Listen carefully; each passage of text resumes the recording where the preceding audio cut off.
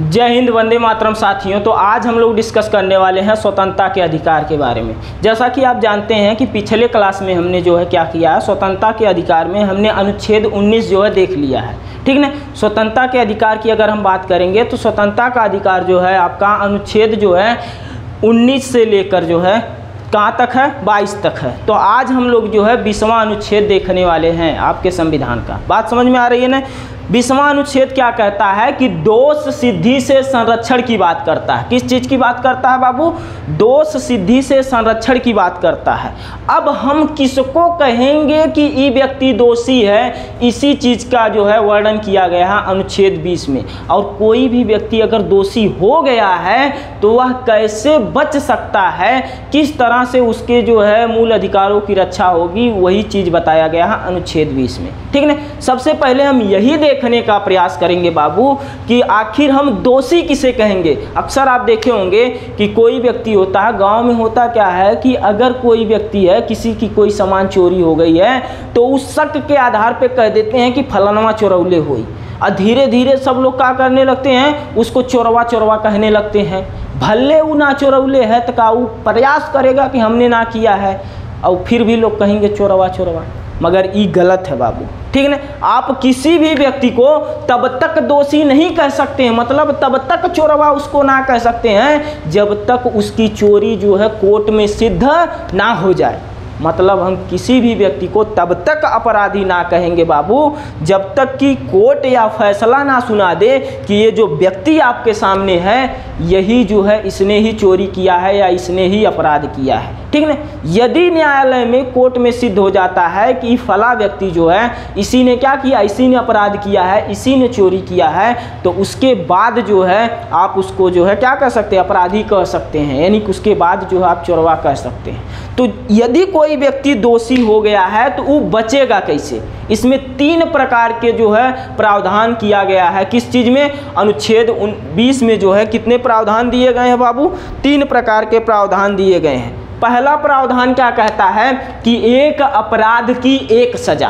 कितनी? एक अपराध की एक सजा, मतलब दोहरे दंड से प्रावधान की बात करता है कि अगर कोई व्यक्ति है उसने अपराध कर दिया है तो एक अपराध किया है तो उसकी एक सजा होगी। कहने का मतलब यह है कि मान लीजिए कोई व्यक्ति है, उसने क्या कर दिया, किसी व्यक्ति के परिवार के एक सदस्य को मार दिया, तो अगर मार दिया, हाथ तोड़ दिया है तो उसको एक ही सज़ा होगी। ऐसा ना है कि जो लड़का जिस लड़का को मारा है उसके पापा अलग FIR लिखाएं, उसकी सज़ा अलग होगी। कहें हमारे हीरा के मार दे हैं, ओकर मम्मी अलगे FIR लिखावे कि हमारे बेटवा के मार दे हैं, ओकर भाई अलगे लिखावे कि हमारे भाई के मार दिया है, ओकर बहन अलगे लिखावे कि हमारे भाई को मार दिया है। ये बात गलत है। अगर कोई व्यक्ति एक अपराध किया है तो उसकी एक ही सज़ा होगी। उसकी क्या होगी? एक ही सज़ा होगी। अक्सर आप देखे होंगे, अक्सर लोग फ्लो में बोल देते हैं कि एक खून करा चाहे 7 खून करा सज़ा एक हुई। बात गलत है। कैसे बात गलत है? अगर उस 7 गो आप खून किए हैं और 7 अक्के परिवार के हैं तब तो सज़ा एक होगी, तब तो ठीक है। मगर आप 7 खून किए हैं और 7 जो जिस व्यक्ति को आप मारे हैं वो 7 परिवार के होंगे तो अलग अलग FIR होगी बाबू ना, अलग अलग होगी, तो उस तरह अलग अलग उसकी सज़ा सुनाई जाएगी। बात समझ में आ रही है ना। तो अगर आपने एक अपराध किया है तो एक अपराध की जो है एक सज़ा होगी, यह कहता है अनुच्छेद 20 का फर्स्ट वाला। बात समझ में आई कि नहीं आई? अनुच्छेद 20 का फर्स्ट क्या कहता है? दोहरे दंड का प्रावधान, मतलब एक अपराध की कितनी सज़ा होगी? एक सज़ा होगी। और दूसरी चीज़ इसमें कहा गया है कि जो व्यक्ति अपराध किया है, अपराध जो किया है वो अपराध के समय का कानून लागू होगा। अपराध के समय का कानून लागू होने का मतलब क्या है बाबू? कि आपने सपोज करिए कि आपने जो है किसी का जो है हाथ तोड़ दिया मार के, हाथ तोड़े थे सन 2020 में, और उस समय हाथ तोड़ने की सज़ा सपोज करिए 50,000 रुपये और 2 साल की जेल थी, और आपका केस चलता रहा। आप तो जानते हैं कि अगर मैटर कोर्ट में जाएगा तो कोर्ट में जाएगा तो वहाँ पर तारीख पे तारीख होगी, तारीख पे तारीख मिलेगी, और फैसला आते आते तारीख पे तारीख वकील लड़ते लड़ते उसे खींचते खींचते ला दिए 2024 में। और 2024 में वही कानून बदल गया कि अगर कोई व्यक्ति किसी का हाथ तोड़ता है तो 1 लाख रुपया लगेगा और क्या लगेगा, 6 महीना का जेल होगा। तो आपका जो फैसला 2024 में हुआ है का 2024 के कानून के हिसाब से होगा का? नहीं भैया, ये देखा जाएगा कि जो व्यक्ति है ये अपराध किस टाइम किया था, और जिस टाइम वह व्यक्ति अपराध किया होगा उसी टाइम का कानून लागू होगा, ना कि अपराध के पहले का कानून और अपराध के बाद का कानून। बात समझ में आया ना? जिस समय आप अपराध किए हैं, मान लीजिए आज कोई अपराध करते हैं तो आज की डेट में जो कानून होगा उस अपराध का वही सज़ा आपको मिलेगी, भले 10 साल बाद मिले तो क्या हुआ। अगर आप आज अपराध किए हैं तो आज का कानून लागू होगा, ना कि आज के पिछले क्या है 5 साल पहले का कानून लागू होगा। बात समझ में आ रही है ना? तो अपराध जो किए होंगे, जिस समय अपराध करेंगे उस समय का कानून क्या होगा आपके यहाँ लागू होगा। जिस समय आप अपराध किए हैं उस समय का कानून लागू होगा। ये कौन कहता है? अनुच्छेद 20 के 2 कहता है। तो अनुच्छेद 20 के तीसरा क्या कहता है? अनुच्छेद 20 का तीसरा कहता है कि आप किसी भी व्यक्ति को खुद के खिलाफ गवाही देने के लिए जो है बाध्य नहीं कर सकते। अक्सर आप देखे होंगे कि लोग कहते हैं कि क्या है, तू कबूल कर, तू ही अपराधी है, तू कबूल कर। अब पुलिस चौकी वगैरह में चल जाते हैं तो पुलिस तो पीट पीट कर उगलवाती है। पुलिस पीट पीट के कहती है, का ना तुम कहो तुम ही अपराध किया है, तुम ही ने अपराध किया है, ठीक है ना।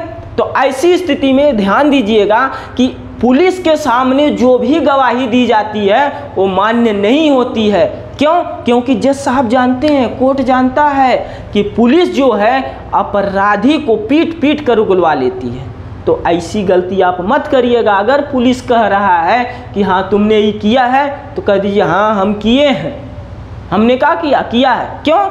क्योंकि ऐसी स्थिति में जब तक आप ना कहेंगे वो और पीटेगा। अब पिटाने से बचना है तो ऐसा कहना पड़ेगा हाँ वही किए हैं। अब कोर्ट में जाइए तो करिए ना साहब हम ना किले हिला, काहे ना कैले, ये तब कहेंगे काहे उस वहाँ पर कबूल किए, हम किए हैं। कह रहे ये पीट रहे थे, ये हमको ज़बरदस्ती पीट रहे थे, कह रहे थे कबूल कर, तब हम कह दिए, नहीं तो हम बड़ी बार मार देते हमको। बात समझ में आ रही है ना? तो खुद के खिलाफ जो है आप क्या कर सकते हैं, गवाही के लिए आपको कोई बाध्य नहीं कर सकता है। अक्सर देखे होंगे कि लोग कहते हैं चलो DNA टेस्टिंग करा लें, नारकोटिज्म करा लें, तो ये सब व्यवस्था जो है नहीं है। बात समझ में आ रही है कि नहीं आ रही? खुद के खिलाफ जो है गवाही नहीं दे सकते। तो अनुच्छेद 20 क्लियर हुआ कि ना? अनुच्छेद 20 क्या कहता है? दोष सिद्धि से संरक्षण की बात करता है। इसमें 3 प्रावधान दिए गए हैं। पहला प्रावधान क्या था कि एक अपराध की एक सज़ा होगी, यानी कि दोहरे दंड का प्रावधान है। किसी व्यक्ति को एक अपराध की 2 सज़ाएं आप नहीं दे सकते हैं। दूसरा कहता है कि जो भी आप सज़ा देंगे वह सज़ा जो होगी अपराध के समय की सज़ा होगी, ना कि उसके पहले और ना ही उसके बाद की। तीसरी चीज़ क्या कहता है कि खुद के खिलाफ जो है आप गवाही, खुद के खिलाफ आपसे गवाही के लिए कोई बाध्य नहीं कर सकता है। बात समझ में आ रही ना? तो फिर देखते हैं हम लोग, आगे बढ़ते हैं, आगे चलते हैं हम लोग अनुच्छेद 21 की तरफ।